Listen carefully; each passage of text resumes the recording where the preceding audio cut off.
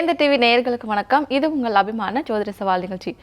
வழக்கம் போல இன்னைக்கும் நம்ம ஜோதிட சவால் நிகழ்ச்சிக்கு ஜீவநாடு ஜோதிடர் பாபு சார் இணைந்திருக்காங்க. அவங்க கிட்ட நம்ம ஒவ்வொரு வாரமும் நிறைய கேள்விகளை கேட்டுக்கிட்டு இருக்கோம். அந்த வகையில் இன்னைக்கும் நம்ம அவங்க கிட்ட நிறைய கேள்விகளை கேட்க இருக்கோம். அதுக்கு முன்னாடி சாரை நம்ம நிகழ்ச்சிக்குள்ள இன்வைட் பண்ணிடலாம். வணக்கம் சார். வணக்கம். வேந்த டிவி நேயர்களுக்கும் கோடான கோடி ரசிகர்களுக்கும் இன்னைக்கு அகஸ்டியர் சொல்றார் பார்ப்போம். சார், இப்போ இந்த ரஷ்யா ஜப்பான்லாம் வந்துட்டு இந்த நிலநடுக்கம் வந்திருக்கு, இல்லை சுனாமி எச்சரிக்கை விடுக்கும்னு சொல்லியிருக்காங்க. ரஷ்யாலலாம் இந்த கடல் அலைகள் வர்றதை பார்க்கறதுக்கே ரொம்பவே பயங்கரமாக இருக்குது. இந்த மாதிரி திடீர்னு நிலநடுக்கம் வர்றதுக்கோ இல்லை சுனாமி வர்றதுக்கோ என்ன காரணம் இருக்கும் சார்?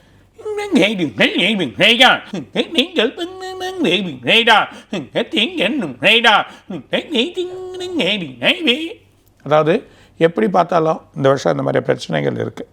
ரெண்டாவது உங்களுக்கு வந்து 2026 நல்ல 2026 7ஆம் மாதம், அதாவது நெக்ஸ்ட் இயர் சேம் மிகப்பெரிய ஒரு பிரளயம் ஏற்படும். அது கடலில் மிகப்பெரிய ஒரு பாதிப்பை ஏற்பட்டு கடல் தண்ணி வேறு இடத்துக்கு மூவ் ஆகும். ஒரு மலையாக இருக்கலாம், அந்த பகுதிக்கு மூவ் ஆகி அது ஃபில் ஆகி அந்த கடலில் இருக்கக்கூடிய இடத்த வந்து பார்க்கக்கூடிய அளவுக்கு தண்ணி வேறு இடத்துக்கு போகக்கூடிய ஒரு நிலைமை. அதுபடியாக மிகப்பெரிய ஒரு எர்த்குவைக் ஒன்று காத்துன்னு இருக்குது. அது இந்தியாவில் இல்லை, வேறு கண்ட்ரியில் தான் நடக்கும். நடுக்கடலில் நடந்து அதில் வந்து நம்ம பூமியை பார்க்குற அளவுக்கு வந்துடும். அந்த மாதிரி ஒரு நிலைமை ஏற்படுறத நம்ம பார்க்க போகிறோம். அது இல்லாமல் இந்த பிரளய காலங்கள் ராகு, நான் ஏற்கனவே சொன்னேன் சண்டால ராகு.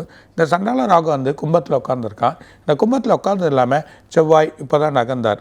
அது கரெக்டாக நடக்கிற கடைசி நேரத்தில் தான் இந்த பிரச்சனையை வந்து பெரிய சுனாமியை கொடுத்துட்டு போயிருக்கார். இருந்தாலும் செவ்வாய் நகர்ந்துட்டான். இனிமேட்டு கொஞ்சம் மாற்றங்கள் வரலாம். இருந்தாலும் மிகப்பெரிய ஒரு இது இருக்குது. அது இல்லாமல் ரஷ்யாவில் வந்திருந்தாலும் ரஷ்யாவில் ஒரு ப்ராப்ளங்கள் வந்தாலும் திரும்ப ஜப்பானில் இது வரைக்கும் பார்க்காத எர்த்குவைக் வரும். இது வரைக்கும் பார்க்காத ஒரு மிகப்பெரிய எர்த்குவைக் ஏற்படுறதுக்கான வாய்ப்புகள் ரொம்ப அதிகமாக இருக்குது. ஸோ ஜப்பான் கண்ட்ரியில் இருக்க மக்கள் இன்னும் கொஞ்சம் கேர்ஃபுல்லாக இருக்கிறது ரொம்ப நல்லது. அந்த கண்ட்ரியை பொறுத்த வரைக்கும் ஒரு பெரிய ஒரு ப்ராப்ளங்கள் ஏற்படும். அது இல்லாமல் கடல் வழியாக தான் ப்ராப்ளங்கள் நம்ம ஆரம்பிக்க சொல்லியே சொன்னேன். ஒன்று கடல் வழியாக பிரச்சனை ஏற்படும், இல்லை இந்த கடல் வழியாக சண்டைகள் ஏற்படுறதுக்கான வாய்ப்புகள் அதிகமாக இருக்குது. நம்ம படிக்க சொன்னோம். அந்த மாதிரி ஒரு நிலைமைகள் ஏற்படுறதுக்கு வாய்ப்பு இருக்குது. ஆனால் ஜப்பான் கண்ட்ரி ரொம்ப கேர்ஃபுல்லாக இருக்கணும். ஸோ அங்கே நிறைய எர்த்குவைக் வருது. இதுக்கு காரணம் 2 திங்ஸ். ஒன்று பிரளய காலம், ரெண்டாவது வந்து ராகு கும்பத்தில் இருக்கக்கூடிய நிலைமை, மூணாவது நம்ம சுழற்சி, அதாவது அதிகமான வெப்பநிலைமைகள் ஏற்பட்டுருக்கு. ஸோ சூரியனோட அதிகமான வெப்பநிலைமைகள் ஏற்படுறப்போ அந்த வெப்பநிலைகளோட காரணத்தினால்தான் இந்த பூமியோட நிலை மாறி இருக்குது. அதனால் இந்த சூரியனோட வெப்பநிலைகள் அதிகமாக ஏற்படுறத அந்த சூழலாம் இந்த சுழற்சியோட காரணங்கள், அது இல்லாமல் எர்த்குவைக் பூமி மிகப்பெரிய சூடுத்தன்மை அடைஞ்சிருக்கு. அதோட தன்மையினால்தான் இந்த எர்த்குவைக்கள் அதிகமாகுது. ரொம்ப கேர்ஃபுல்லாக மக்கள் கவனமாக இருக்கிறது நல்லது.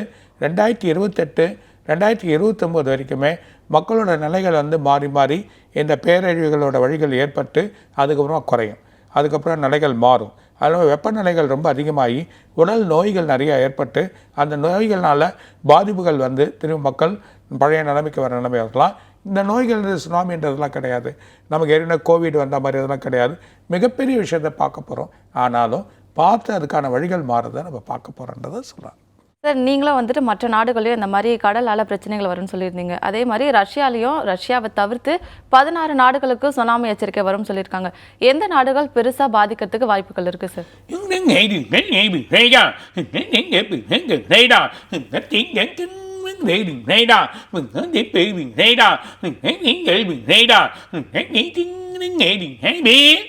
கரெக்டாக இந்தியாவிலேருந்து மும்பைலேருந்து போகக்கூடிய வழியாக இருக்கிறதுல பசிபிக் பெருங்கடல். இந்த பசிபிக் பெருங்கடலில் மிகப்பெரிய ஒரு ஓஷனில் வந்து எர்த்குவைக் வரும். அந்த எர்த்குவைக் அது மிடில் ஈஸ்ட் கண்ட்ரியை தாக்கக்கூடிய நிலையாக இருக்கும். அந்த எர்த்குவைக்கோட மிடில் ஈஸ்ட் கண்ட்ரிலேருந்து ஒரு ப்ராப்ளங்கள் ஏற்பட்டு அட்லாண்டா ஓஷன், இந்த அட்லாண்டா ஓஷனில் மிகப்பெரிய ப்ராப்ளங்கள் ஏற்படுறதுக்கான வாய்ப்புகள் உண்டு. அதேமாதிரி ஜப்பான், இந்த ஜப்பான் இருக்கக்கூடிய கடலில் வந்து மிகப்பெரிய வாய்ப்புகள் ஏற்படுறதுக்கு வாய்ப்பு இருக்குது. அதே நேரத்தில் இவங்க இருக்கக்கூடிய இந்தோனேஷியா தாய்லாந்து ஈடுபட்ட இடத்துல மிகப்பெரிய எர்த்குவைக் ஏற்படும். இதை தவிர்த்து நேராக பார்த்தீங்கன்னா யூரோப்பியனில் 2 கடல் ஜாயின் ஆகக்கூடிய இடத்துல இந்த எர்த்குவைக் வந்து ஒரு பெரிய ப்ராப்ளத்தை ஏற்படுத்த போகுது அப்படின்றத சொல்கிறார். இது 2028க்குள்ளே நடக்க வாய்ப்பு இருக்குது. இந்த வருஷமும் அடுத்த வருஷமும் கொஞ்சம் அதிகமான நிலைகள் ஏற்பட்டு வரும். இந்தியாவுக்கு வரா மாதிரியே சொல்லுவாங்க, ஆனால் வராது. ஆனால் பெரிய அலைகள் ஏற்படும். மிகப்பெரிய அலைகள் ஏற்பட்டு நின்றுடும். அதாவது நடுக்கடல்லையே ஏற்படும். ரொம்ப கரையோரம் இல்லாமல் நடுக்கடல்லே ஏற்பட்டு அந்த அலைகள் வந்து நின்றுடும். அந்த அலைகளோட பாதிப்பு மேபி இந்த நம்ம இருக்கக்கூடிய கன்னியாகுமரியிலையோ இல்லைன்னா திருச்செந்தூர்லேயோ அந்த மாதிரி நிலைகள் ஏற்பட்டாலும் உள்வாங்கி போகக்கூடிய நிலைமைகள் ஏற்படுமே தவிர பெரிய பிரச்சனைகள் ஏற்படாது. ஆனால் அலைகள் வரக்கூடிய நிலைமையை பார்க்கலாம். மிகப்பெரிய பேரலைகளை பார்க்கக்கூடிய நிலைமைகள் இருக்குன்றதை சொல்கிறாங்க. ஓகே சார், இந்தியாவில் பேரலைகளை பார்க்கலான்னு சொல்லியிருந்தீங்க. ஆல்ரெடி சென்னையிலே நம்மளுக்கு சுனாமி வந்துச்சுல, அப்போ தான் சுனாமினா என்னன்றதே மக்களுக்கு நிறைய பேருக்கு தெரிஞ்சுது. அந்த ஃபஸ்ட்டு வாட்டி வரும்போதே மக்கள் நிறைய பேர் ரொம்பவே பாதிக்கப்பட்டாங்க. திருப்பியும் மற்ற நாடுகளுக்கு வர மாதிரி நம்ம சென்னைக்கு வரத்துக்கு வாய்ப்புகள் இருக்கா சார்?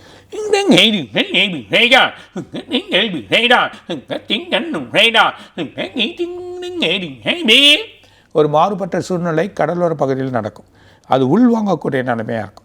ஸோ இந்த வாட்டி ஈசிஆரில் நம்ம சென்னையில் இந்த இடத்துலாம் வரும். அலைகள் அதிகமாக இருக்கும்.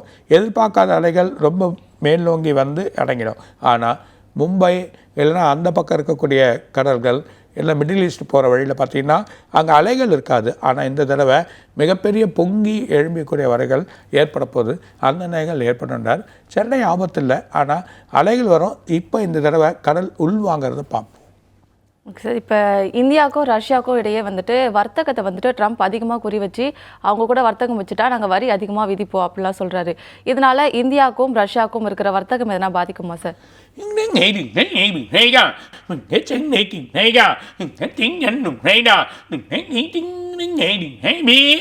கண்டிப்பாக அது ஒன்றே ஆகாது. பேசி அதுக்கான முடிவு எடுப்பாங்க. கொஞ்சம் குறையலாம். இருந்தாலும் அவர் செயலில் எடுத்திருக்க முடிவு தப்பான முடிவு. இருந்தாலும் இந்தியா அதுக்கான வழிமுறைகள் தேடும். ஒரு 3 மாதத்துக்கு, அதாவது ஆகஸ்ட், செப்டம்பர், அக்டோபர் டம்ப் ஆகிடும். நமக்கு எக்கனாமிக் கொஞ்சம் அடிப்படும். எக்கனாமிக்கில் ப்ராப்ளம் வரும். அது இல்லாமல் அத்தியாவசிய பொருட்கள் சிலது ஏறும். எதிர்பார்க்காத விலைகள் ஏறக்கூடிய நிலைகள் வந்திருக்கு. அப்படி ஏறப்போ சில உணவுப் பொருட்கள், வழிகள், எண்ணெய்கள் இதெல்லாம் ஏறும். இந்த ஏறி அதுக்கப்புறம் இறங்கலாம். ஆனால் பெருசாக எதிர்பார்க்க வேணாம் இறங்கணும். ஆனால் ஏறக்கூடிய நிலைமையாக இருக்குது. இன்னும் மேலே டேக்ஸ் போட சொல்ல இந்த எக்ஸ்போர்ட் ஆகக்கூடிய தோல் பிஸ்னஸ், அது இல்லாமல் நிறைய உரங்கள், நிறைய வழியாக இருக்கக்கூடிய ஏன்னா சொல்லுவோம் இந்த பிளாஸ்டிக் ஐட்டம்ஸ், நிறைய எக்ஸ்போர்ட் ஆகக்கூடிய ஐட்டம்ஸ் இதெல்லாம் வந்து விலை ஏறிடும். இந்த விலை ஏற சொல்ல இங்கே அந்த விலைகள் வந்து நம்ம செருப்பு அந்த வாங்கக்கூடிய சில பொருட்கள்லாம் அதிகமான ரேட் ஆகக்கூடிய நிலைமைகள் ஏற்படுறதுக்கான வாய்ப்புகள் இருக்குன்றதை சொல்கிறார். ஆனால் பயம் இல்லை. எக்கனாமிக்கில் வந்து இந்தியா இன்றைக்கி எந்த மாதிரியே பண்ணாலும் எக்கனாமிக்கில் ரொம்ப நல்லாயிருக்கு. ஸோ ஒரு கீழ்த்தரம் போனாலும் இந்தியாவோட வலு வந்து ரொம்ப அதிகமாக இருக்கும். ஒரு 2 இயர்ஸில் மிகப்பெரிய அளவில் வந்துடும். அந்த மாதிரி சூழ்நிலைகள் ஏற்படுறதுக்கான வாய்ப்புகள் இருக்குது. அதனால் இந்தியா பயட வேண்டிய விஷயத்தில் கொஞ்சம் எக்கனாமிக்கில் கொஞ்சம் டம்ப் ஆகும். ஆனால் இதனால் டாலர் மதிப்பு தான் குறைய போகுது பாருங்கள். இப்போ ரீசெண்ட் டேஸாக வந்துட்டு இந்த டெங்கு வந்துட்டு ரொம்பவே அதிகமாக பரவுது. இதனால மக்கள் அதிக பேர் பாதிக்கப்பட்டு வந்துட்டு இருக்காங்க. இப்போ திடீர்னு டெங்கு காய்ச்சல் பரவுறதுக்கு என்ன காரணம் இருக்கும் சார்?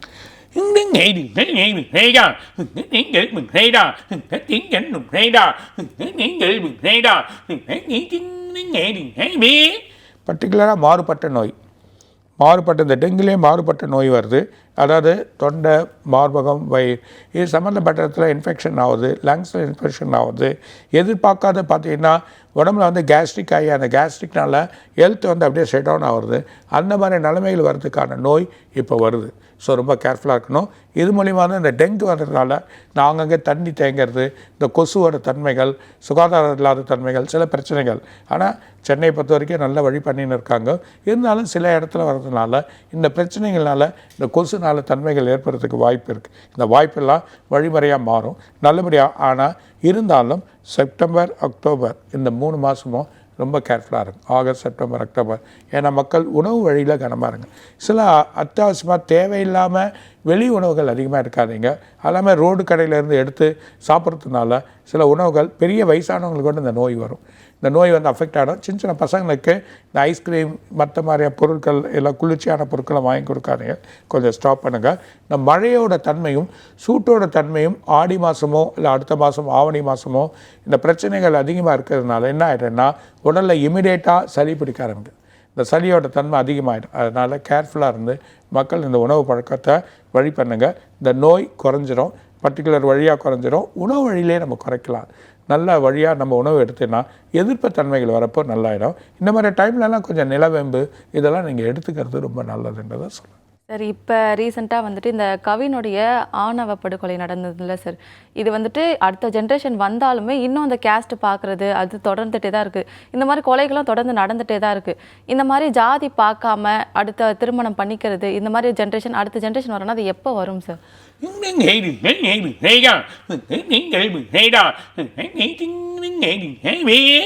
யங்ஸ்டர்ஸ் எவ்வளோ மாறுறாங்க, யங்ஸ்டர்ஸ் எவ்வளோ சேஞ்சஸில் வந்துன்னு இருக்காங்க.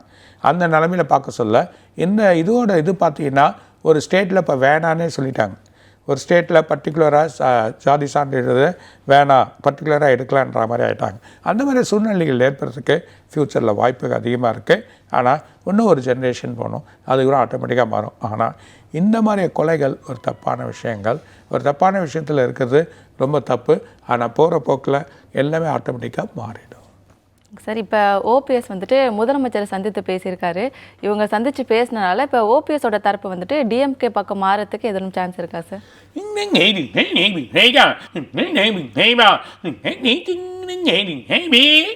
மாறாது. அவரோட உடல் நிலைமை ஒரு மரியாதை தத்துவமாக அவரோட உடல் நிலைமையை விசாரிக்கிறதுக்கும் அவரோட வழியை விசாரிக்கிறதுக்கு தான் போயிருக்காங்க. ஒரு நல்லபடியாக ஒரு விசாரணை நடந்திருக்கு. ஆனால் இவங்க அதிலேருந்து மாறி வர்றதுக்கான வாய்ப்பு இல்லை. ஆனால் சில மாற்றங்கள் ஏற்படலாம். பட் ஒரு கூட்டணின்றது இவங்க ஒரு கூட்டணியாக தான் இருப்பாங்க அப்படின்றத சொல்கிறாங்க. ஓகே சார், இப்போ நம்ம அடுத்து அப்படியே ஆன்மீக கேள்விகளை போயிடலாம். இப்போ நிறைய கோயில்கள்லாம் இருக்குது, நிறைய பேர் போய் சாமி கும்பிட்றதுலாம் இருக்காங்க. இப்போ அதுலேயே சிறப்பாக பார்த்தீங்கன்னா இந்த குடவழி கோயில்கள் அப்படின்னு சொல்கிறாங்களே சார், அதனுடைய சிறப்புகள் பற்றி சொல்லுங்கள் சார்.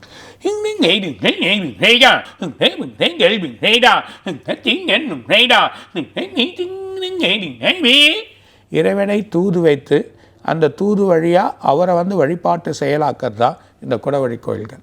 அந்த குடவழி கோயில்கள் இறைவனோட தூது வழியாக செயலாக்கக்கூடிய வைக்கிறது தான் இந்த குடவழிகள். இந்த குடவழி கோயில்கள் மக்களோட நலனுக்காகவும் வழிக்காகவும் அது இல்லாமல் ஆகம விதிக்காகவும் செய்யக்கூடிய நிலைமைகள் தான் இந்த குடவழி கோயில். இதை வணங்குறது தெய்வ வழிகள். நிறைய கோயில்கள் இருக்குது.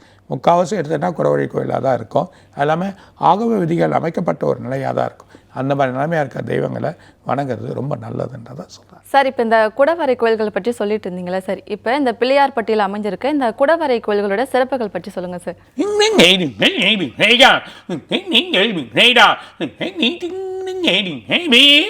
ஒரு மலையை குடைஞ்சி அந்த மலையில் தத்துரூபமாக அமைக்கப்பட்டது தான் இந்த பிள்ளையார்பட்டி கோயில். அதாவது ரூபமாகவே அமைக்கப்பட்டிருக்கு. அதாவது இவரை போய் எப்பவுமே விநாயகர் பிள்ளையார் இவரை நம்ம எப்போ ஒரு வணங்கினாலும் இவரோட நிழல் எப்படின்னா நம்ம கூடயே இருக்கும், நமக்கு செயலாற்றை கொடுக்கும், ஒரு வெற்றியை கொடுக்கக்கூடியது தான் இந்த பிள்ளையார்பட்டி கோயில். இது இல்லாமல் மனுஷனோட நிலையில் பார்த்திங்கன்னா கிரகங்கள் சார்ந்த பிரச்சனைகள், கிரகங்கள் எவ்வளோ பிரச்சனைகள் கொடுக்குறது, வழிமுறைகள் தடைகள், அதாவது நிவர்த்தி கிடையாது, காரிய தடைகள் இல்லை, எந்த ஒரு பிஸ்னஸையும் வழிபாடு இல்லை, எந்த ஒரு பிஸ்னஸையும் சேல் பண்ண முடியல அப்படின்னு நினைக்கிறப்போ இவரை தான் வேணும். ஏன்னா தலைக்கீழே தொங்க விட்டுருவார்.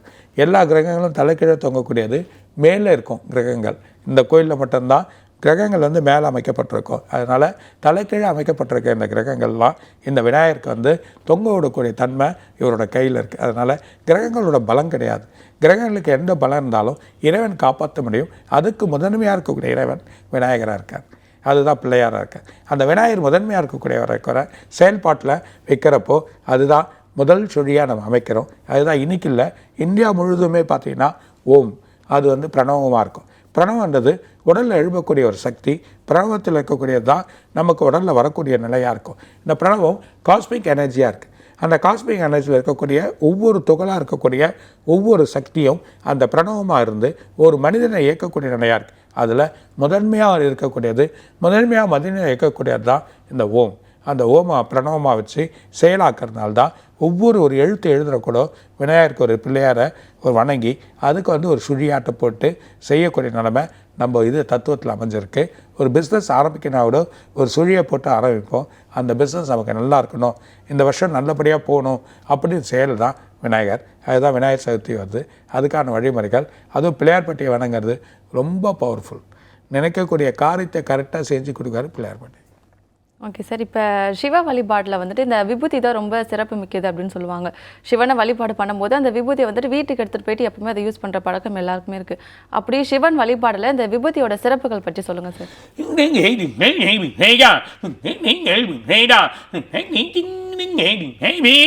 திருநீர், இந்த திருநீரை பற்றி நீங்கள் கேட்குறீங்க. திருநீரை பற்றி சொல்லணும்னா பல பதிகங்கள் எழுதியிருக்காங்க. பல விதமான பதிகங்கள் இந்த இதில் எழுதப்பட்டிருக்கு. அது தமிழ் நூலில் முக்கியமாக திருநீரை பற்றி எழுதப்பட்டிருக்கு. திருநீரோட வாசகங்கள் அவ்வளோ நல்லது. அது இல்லாமல் திருநீர் முதல்ல சாணம், இந்த சாணத்துலேருந்து பசும் சாணத்துலேருந்து அதை காய வச்சு அதை பவுட்ரு பண்ணி அதுக்கு வழி பண்ணி செய்கிறது தான் அந்த சாணத்துலேருந்து வரக்கூடியதுவை நம்ம விற்க சொல்ல உடலில் குணமாகுது. நோய் குணமாக தன்மைகள் வருது, மனசு நிம்மதி கிடைக்குது. அது இல்லாமல் நம்ம அங்கங்கே தொடக்கூடிய அந்த டச் பாயிண்ட், அந்த நரம்பை வந்து டச் பாயிண்ட், அதாவது ஒவ்வொரு இடத்துலையும் அந்த நரம்பு டச் பாயிண்ட் ஆக்னை சக்கரத்திலேருந்து, தலையில் இருக்கக்கூடிய வழியிலேருந்து, கழுத்தில் இருக்கக்கூடிய இருந்து, கையில் இருக்கக்கூடிய இதுலேருந்து சிவன் வழியாக 64 பட்டைகள் அமைப்பாங்க. இந்த 64 பட்டைகள் உடலில் போட்டுப்பாங்க. அந்த 64 பட்டைகளை போடக்கூடிய தன்மை. அதே மாதிரியா உங்களுக்கு வைஷ்ணவத்தில் பார்த்தீங்கன்னா 12 பட்டைகள் போட்டுப்பாங்க. அந்த 12 வழியாக அவங்க செய்யக்கூடிய தன்மைகள் அதெல்லாம் விபூதியில் செய்கிறப்போ உடலில் வந்து தேகங்கள் நல்லாயிருக்கும், தேக குளிர்ச்சி பெறும், தேக வழிபாடுகள் நல்லாயிருக்கும், இறைவன் வழி நோக்கி போவோம், எண்ணங்கள் ஒரு நோக்கமாக இருக்கும். அதனால தான் நம்ம ஒரு பொட்டோ இல்லை வழியோ வைக்கிறோம். அதனால தான் அந்த திருநீர் பலவிதமான பதிகங்கள் இருக்குது. அந்த பதிகங்கள் வழி பண்ண சொல்ல திருநீரே மருந்தாக மாறும், திருநீரே உடலாக மாறும், திருநீரே எல்லாத்துக்கும் வைத்தியமாக மாறும், இந்த திருநீரே உன் எண்ணங்களை நல்லாக்கும் அப்படின்றதான் சிவனோட வழிபாடு. அந்த சிவனை வணங்கி செயல் பண்ணுறப்போ அந்த திருநீர் தான் நல்ல வழியை கொடுக்குன்றதை சொல்கிறாங்க. ஓகே, திருநீர் பற்றி ரொம்ப சிறப்பாக சொன்னீங்க. நம்ம எல்லா கோயிலுக்கு போகும்போது நம்மளுக்கு விபூதி கொடுப்பாங்க, குங்குமமாக சேர்த்து கொடுப்பாங்க. மற்ற கோயில் குங்குமத்தை விட இந்த மதுரை மீனாட்சி அம்மன் கோயில் குங்குமம் வந்துட்டு ரொம்ப சிறப்பு மிக்கதாக இருக்குது. அது ஆண்கள் வச்சாலும் சரி இல்லை பெண்கள் வச்சாலும் என்ன மாதிரியான பலன்கள்லாம் கிடைக்கும் சார்?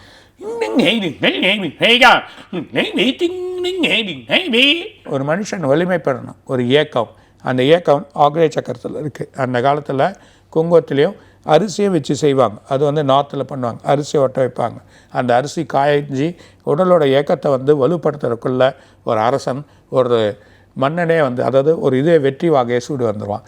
அந்த மாதிரி நிலைமையாக இருக்கோ அந்த வெற்றி வாகை வைக்கக்கூடியதான் ஆணுக்கு அந்த குங்குமத்தை வைக்கக்கூடியது. பெண்கள் தன்னுடைய தாலி பாக்கியம் நல்லா இருக்கும்.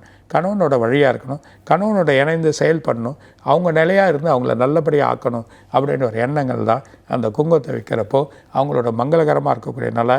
ஒரு முகத்தை பார்த்து மங்களமாக போகிறப்போ இவனுக்கும் ஆணுக்கும் ஒரு வெற்றியை கிடைக்கும், தொழிலில் வந்து நிவர்த்தியை கிடைக்கும் அப்படின்ற செய்யறதுக்கு தான் இந்த குங்குமத்தை வச்சுருக்காங்க. அது இல்லாமல் இந்த குங்குமத்தோட மகிமை சுந்தரேஸ்வரர், அது இல்லாமல் அங்கே இருக்கக்கூடிய மதுரை மீட்ட பாண்டியன் அது அரசனாக இருந்து அந்த மீனாட்சி வந்து பிறக்கிறார். 3 மார்பகத்தோடு பிறக்கிறார். அந்த 3வது மார்பகம் சிவன் எப்போ ஒன்று பார்க்குறானோ அது கரைஞ்சிடணுவாங்க. அப்போ 3வது மார்பகம் கரையிறப்போ பெண்ணோட இதில் வந்துடுறா. அப்போ வர சொல்ல 2 பேர் சேர்ந்து கல்யாணம் ஆகுது. அந்த கல்யாணம் ஆகின இடம் ஒரிஜினலாக சிவனுக்கும் பார்வதிக்கும் திருமணம் நடந்த இடம் தான் இந்த மதுரை மீனாட்சி அம்மன் கோயில்.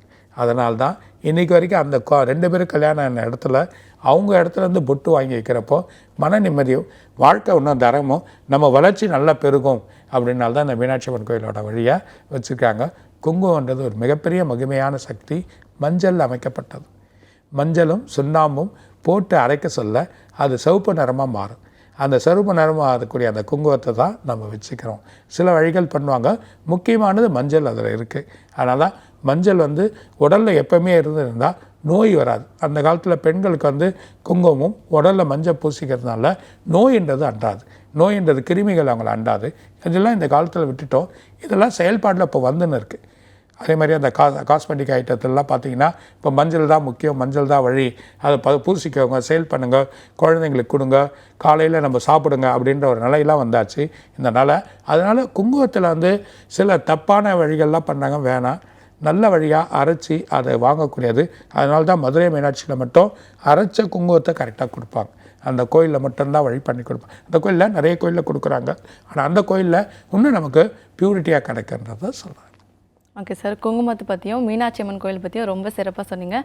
இவ்வளோ நேரம் நான் கேட்ட எல்லா கேள்விகளுக்கும் ரொம்ப தெளிவான விளக்கம் கொடுத்தீங்க. இன்றைக்கி நிகழ்ச்சிக்கு வந்ததுக்கு நன்றி சார். வணக்கம். வேந்த டிவி நேயர்களுக்கும் கோடானு கொரியர்களுக்கும் இன்னும் நிறைய இருக்காக சார் சொல்லுவார். வணக்கம். இத்துடன் ஜோதிட சவால் நிகழ்ச்சி நிறைவடைகிறது. மீண்டும் மற்றொரு நிகழ்ச்சியில் உங்களை சந்திக்கும் வரை உங்களிடமிருந்து விடைபெறுவது நான் லீமா ரோஸ்.